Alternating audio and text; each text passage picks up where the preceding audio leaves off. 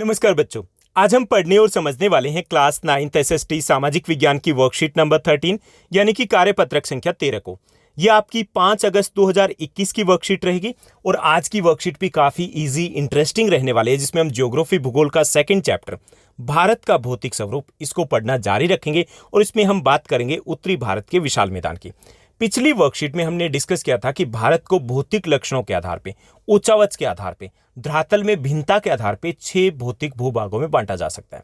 सबसे पहले उत्तर में उत्तरी भारत का महान हिमालय प्रदेश आता है। उसके बाद उसके दक्षिण में आ जाता है हमारा उत्तरी भारत का विशाल मैदान। आज हम उत्तरी भारत के विशाल मैदान के बारे में जानने वाले हैं, तो चलिए देखते हैं। सबसे पहले बात करेंगे कि उत्तरी भारत के विशाल मैदान का निर्माण कैसे हुआ है। तो उत्तरी भारत का जो विशाल मैदान है, इसका निर्माण 3 प्रमुख नदी प्रणालियों सिंधु, गंगा, ब्रह्मपुत्र और इनकी सहायक नदियों के द्वारा लाई गई मिट्टी के जमाव से हुआ है। यानी इसलिए इस मैदान को हम सिंधु, गंगा, ब्रह्मपुत्र का मैदान भी कहते हैं। ठीक, अब सिंधु, गंगा और ब्रह्मपुत्र चाहे कोई भी नदी हो, उसके 3 कार्य होते हैं। एक कार्य होता है अपरदन करना यानी कि कटाव करना। अब जो पर्वतीय भाग होते हैं वहां पे ढाल तेज होता है, पानी ज्यादा होता है, स्पीड ज्यादा होती है, तो शक्ति ज्यादा होती है, वहां पे ये कटाव करती है। उसके बाद मैदानी भाग में आती है तो ढाल थोड़ा कम हो जाता है, वहां पे उसी कटाव किए गए मटेरियल का ये परिवहन करती है, अपने साथ बहा करके आगे बहा करके लेके जाती है। और जहां पर ढाल कम हो जाता है वहां पे शक्ति कम हो जाती है, यानी कि वो आगे नहीं ढो पाती उस मटेरियल को, तो वहीं पे जमा कर देती है और उस मटेरियल के जो अवसाद है उसके जमा होने से मैदान का निर्माण होता है। तो उत्तरी भारत की विशाल मैदान का निर्माण है वो सिंधु, गंगा, ब्रह्मपुत्र और उनकी सहायक नदियों के द्वारा लाई गई मिट्टी के जमाव से हुआ है। कौन सी मिट्टी है? ये जलोढ़ मिट्टी है, उसके जमाव से ये बना हुआ है। ठीक, इसीलिए इसको क्या कहेंगे? सिंधु, गंगा, ब्रह्मपुत्र का मैदान भी हम इसको कह सकते हैं। एक और चीज, सहायक नदी क्या होती है? सहायक नदी वो नदी होती है जो किसी सागर, महासागर या झील में नहीं गिरती बल्कि किसी दूसरी नदी में गिर जाती है। जैसे यमुना है वो गंगा नदी में गिरती है तो गंगा की ये सहायक नदी है। ठीक, ऐसे ही चंबल नदी है वो यमुना में गिरती है तो वो यमुना की सहायक नदी है। क्लियर? ये हो गया कि इसका निर्माण कैसे हुआ और किन नदियों के द्वारा किया गया। अगर और विशेषता की बात की जाए तो इसकी लंबाई की बात करें तो ये 2400 किलोमीटर लंबा है, यानी लगभग जितनी लंबाई हिमालय प्रदेश की उतनी ही लंबाई उत्तरी भारत के विशाल मैदान की है। और इसकी चौड़ाई की बात करें तो ये 240 से 320 किलोमीटर चौड़ा है। जैसे जैसे हम पूर्वोत्तर भारत की तरफ जाएंगे, हम असम में एंट्री करेंगे तो असम में ये केवल 90 किलोमीटर के आसपास चौड़ा एक पतली पट्टी के रूप में ही पाया जाता है। यहां पर एक और विशेषता उत्तरी भारत के विशाल मैदान की कि ये घना बसा हुआ है, यानी कि यहां पर घनी जनसंख्या पाई जाती है। पंजाब, हरियाणा, यूपी, बिहार, वेस्ट बंगाल, असम, ये सभी वो राज्य हैं जहां पर घनी जनसंख्या है। तो इसके कारण क्या है? इसका कारण ये कि पहली चीज यहाँ पे उपजाऊ मिट्टी पाई जाती है। उपजाऊ मिट्टी मतलब कृषि का आधार। जितनी उपजाऊ मिट्टी होगी उतनी ज्यादा कृषि अच्छी होगी। तो यहाँ पर जलोढ़ मिट्टी से बना हो तो जलोढ़ मिट्टी सबसे ज्यादा उपजाऊ मिट्टी होती है। तो कृषि के लिए यहाँ पर समतल भूमि भी है, मिट्टी भी उपजाऊ है, इसलिए कृषि का विकास हुआ, तो इसलिए जनसंख्या यहाँ ज्यादा है।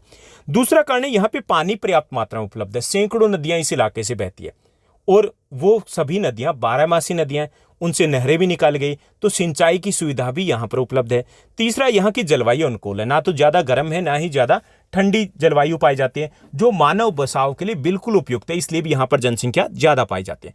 चौथा कारण है यातायात के साधनों का, जैसे चाहे वो रेल मार्ग हो, सड़क मार्ग हो, हवाई मार्ग हो, इन सब का जाल बिछा हुआ है, इसलिए व्यापार करना, आना जाना वो काफी सुगम है, इसलिए भी यहाँ पे जनसंख्या ज्यादा पाई जाती है। तो ये तो कारण हो गए कि यहाँ पे घनी जनसंख्या क्यों पाई जाती है। उसके बाद अगर बात की जाए इस मैदान के अलग अलग भागों की, विभाजन की, तो वैसे तो इस मैदान में ज्यादा कोई अंतर नहीं है। अगर हम पंजाब से बात करें, असम तक पहुंच जाएं तो लगभग एक ही मिट्टी से बना हुआ है और ज्यादा ऊंचाई नीचाइयां नहीं पाई जाती। लेकिन पहली चीज, इसको हम 2 आधार पर विभाजित कर सकते हैं। पहला तो है कि इसका निर्माण किन नदियों के द्वारा किया गया, तो नदियों के आधार पर इसको हम 3 भागों में बांट सकते हैं। सबसे पहले पंजाब का मैदान, जिसको हम सिंधु का मैदान भी कह सकते हैं। ओके, सिंधु का मैदान कौन सा है? जिस मैदान का निर्माण सिंधु और उनकी सहायक नदियों के द्वारा किया गया। तो जो सिंधु का मैदान है उसका ज्यादातर भाग पाकिस्तान में है, भारत में केवल पंजाब आ जाता है। पंजाब में जो मैदान है वो सिंधु के मैदान का हिस्सा है, इसलिए इसको हम पंजाब का मैदान भी कह देते हैं। ओके, तो ये जो मैदान है जो पंजाब में है उसको हम पंजाब के मैदान के नाम से जाना जाता है और इसका निर्माण सिंधु और उसकी सहायक नदियों के द्वारा लाई गई मिट्टी के जमाव से हुआ। इस मैदान की विशेषता है यहाँ पर दोआब बहुत अधिक पाए जाते हैं। दोआब क्या होते हैं? 2 नदियों के बीच का भाग, जैसे ये नदी है और इसके बीच का ये जो भाग है ये है दोआब। ठीक, 2 नदियों के बीच के भाग को दोआब बोलते हैं। दो मतलब 2 और आब का मतलब होता है जल या पानी। ठीक, जैसे पंजाब है, पंजाब क्यों बोलते हैं? पंजाब मतलब 5 नदियों के बीच का भाग। सतलुज, व्यास, रावी, चिनाब, झेलम 5 नदियां हैं इसलिए उसे पंजाब बोलते हैं। अगर 6 नदियां होती तो हो सकता है 6 आप बोलते। क्लियर। उसके बाद दूसरा आ जाता है गंगा का मैदान। जैसे नाम से ही पता चल रहा है, गंगा का मैदान कौन सा है? वो मैदान जिसका निर्माण गंगा और उसकी सहायक नदियों ने किया है। ये कहाँ है? हरियाणा में, यूपी में, बिहार में, पश्चिम बंगाल में, यहां पर गंगा का मैदान है। क्लियर। उसके बाद तीसरा आ जाता है ब्रह्मपुत्र का मैदान। ब्रह्मपुत्र का मैदान जो असम में है, जिसका निर्माण ब्रह्मपुत्र और उनकी सहायक नदियों के द्वारा किया गया, उसे बोलते हैं ब्रह्मपुत्र का मैदान। तो ये हो गया 3 उपवर्गों में, 3 भागों में बांट सकते हैं इसको, सिंधु का मैदान या फिर पंजाब का मैदान, गंगा का मैदान और ब्रह्मपुत्र का मैदान। आसानी से आप बता दोगे कि किस आधार पर नाम दिया गया कि इसका निर्माण किन नदियों ने किया।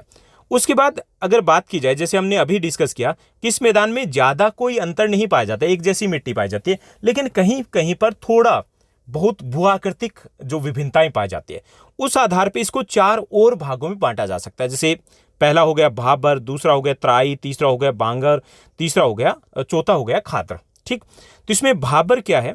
भाबर शिवालिक की ढाल पर 8 से 16 किलोमीटर चौड़ी पट्टी है। ठीक। और ये जो पट्टी है, यहां पर नदियां हैं, छोटी नदियां, वो नजर नहीं आती है। अब दोबारा से मैं थोड़ा सा अच्छे समझा दूं कि कैसे होगा कि जब हम ऊपर की तरफ बात करें भारत की, तो वहां से जो पर्वतीय प्रदेश है वहां से नदियां निकलती है। ठीक। वहां से क्या निकलती है? जो नदियां निकलती है, जैसे ये पर्वतीय भाग है, सपोज कीजिए यहां से जब नदियां आती है तो ये नदियां, ढाल अधिक तेज होता है पर्वतीय प्रदेश में। ओके, ढाल काफी तेज होता है, पानी की मात्रा ज्यादा होती है, शक्ति ज्यादा होती है, बड़े बड़े कंकर पत्थर इत्यादि ये बहा करके ले आती है। लेकिन जैसे वो यहाँ पर मैदानी भाग में प्रवेश करती है, इस मैदानी भाग में, ठीक, तो यहाँ पर वो बड़े बड़े जो कंकर पत्थर है उनको जमा कर देती है। ओके, जमा कर देती है क्योंकि आगे तो ढो नहीं सकती, क्योंकि गति कम हो गई है। ओके, ये जो बड़े बड़े पत्थरों की, ये जो 8 से 16 किलोमीटर चौड़ी जो पट्टी है, जहां पर बड़े बड़े कंकर पत्थर इत्यादि पाए जाते हैं, इसे बोलते हैं भाबर। ठीक, यानी कि हिमालय के गिरिपद में, हिमालय के बिल्कुल दक्षिण में, गिरिपद मतलब हिमालय के चरणों में, बिल्कुल हिमालय से मैदानी भाग में प्रवेश करती है 8 से 16 किलोमीटर चौड़ी पट्टी पाई जाती है, उस पट्टी को बोलते हैं भाबर।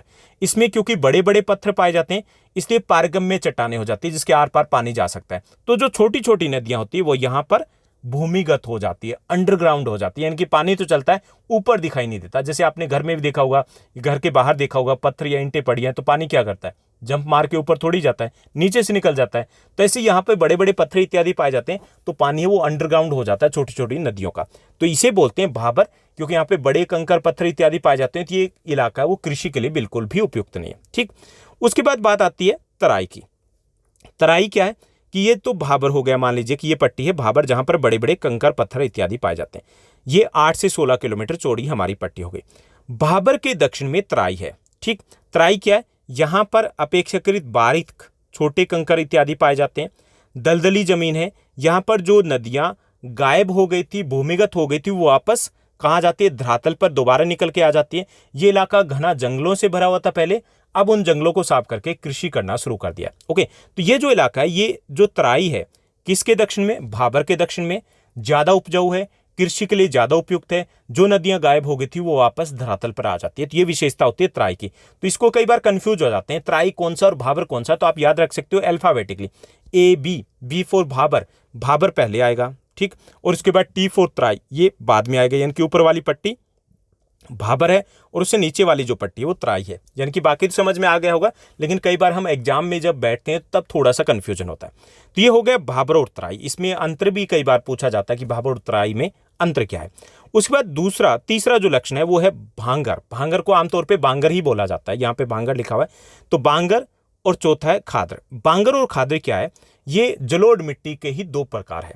जैसे ये नदी बह रही है, सपोज कीजिए जो नदी बह रही है, नदी के जो पास वाला इलाका होता है वो खादर इलाका कहलाता है। ठीक, यहाँ पे खादर मिट्टी है। अब ये खादर मिट्टी कैसे है कि ये जो इलाका है ये निचला इलाका है। ओके, ये क्या है? निचला इलाका है। और यहाँ वाला जो इलाका है, ये जो इलाका है, ये इलाका आ जाता है बांगर। बांगर जो है वो ऊंचा इलाका और नदी से दूर का इलाका है। ठीक, जो खादर इलाका है, क्योंकि नदी के पास का इलाका है, निम्न इलाका है, तो यहाँ पे लगभग हर वर्ष बाढ़ आ जाती है। बाढ़ आने से नई जलोढ़ मिट्टी बिछ जाती है, इसलिए जो खादर मिट्टी है वो नई जलोढ़ मिट्टी कहलाती है, यानी कि वो नई जलोढ़ मिट्टी है। अब ये नई है तो ये थोड़ी ज़्यादा उपजाऊ है, कृषि के लिए ज़्यादा उपयुक्त है। जबकि जो ये पुरानी जलोढ़ मिट्टी है, पुरानी क्यों है? क्योंकि ये ऊंचा इलाका है, यहाँ पे बाढ़ नहीं आती हर साल। बाढ़ नहीं आती तो यहाँ पर पुरानी जलोढ़ मिट्टी पाई जाती है। उपजाऊ तो ये भी है लेकिन थोड़ी कम उपजाऊ और कृषि के लिए थोड़ी कम उपयुक्त है। बस इतना ही अंतर।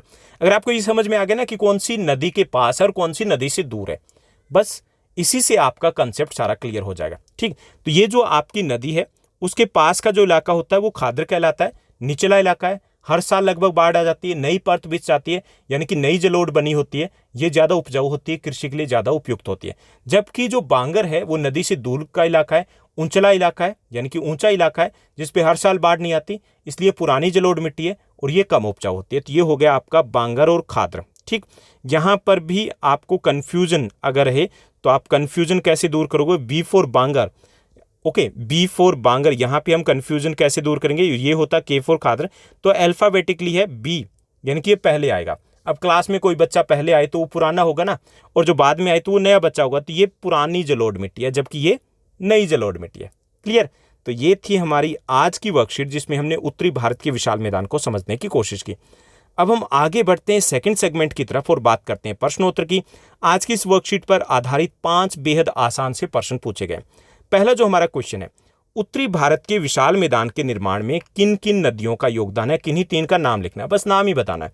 सिंधु, गंगा और ब्रह्मपुत्र नदियां, ये 3 प्रमुख नदियां हैं जिनका इस उत्तरी भारत के विशाल मैदान में प्रमुख योगदान है। क्लियर? उसके बाद सेकंड क्वेश्चन हमें दिया गया, दूसरा प्रश्न है, मैदानी भाग में घनी जनसंख्या के जमाव के क्या कारण है, ये हमें बताना है।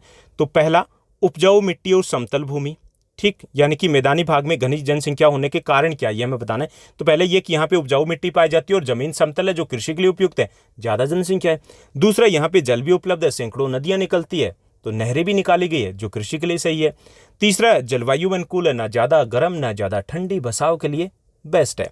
और चौथा, यहाँ पे परिवहन के साधनों का भी विकास हुआ, उनका जाल भी बिछा हुआ है, इसके कारण भी यहाँ पे घनी जनसंख्या पाई जाती है। तो सिंपल से तरीके से 4 पॉइंट्स में लिखोगे ज्यादा अच्छा लगेगा।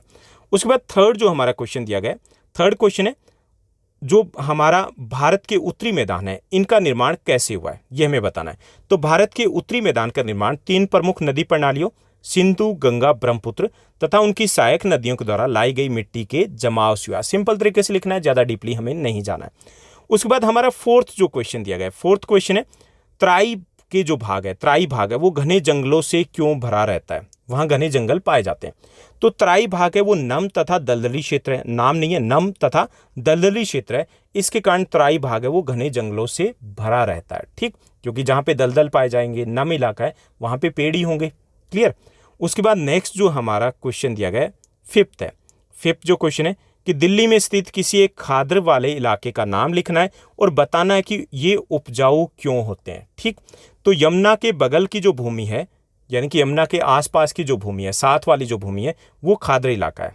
ठीक, और यह बहुत उपजाऊ होता है क्योंकि इस मिट्टी की नई परत है वो मानसून की बाढ़ के दौरान हर साल जमा होती रहती है। यानी कि यहाँ पे जैसे पानी बढ़ता है यमुना नदी में तो एक नई लेयर बिछ जाती है, और वो लेयर बिछ जाने के कारण वो नई जलोढ़ का निर्माण होता है, और नई जलोढ़ हमेशा बहुत उपजाऊ होती है।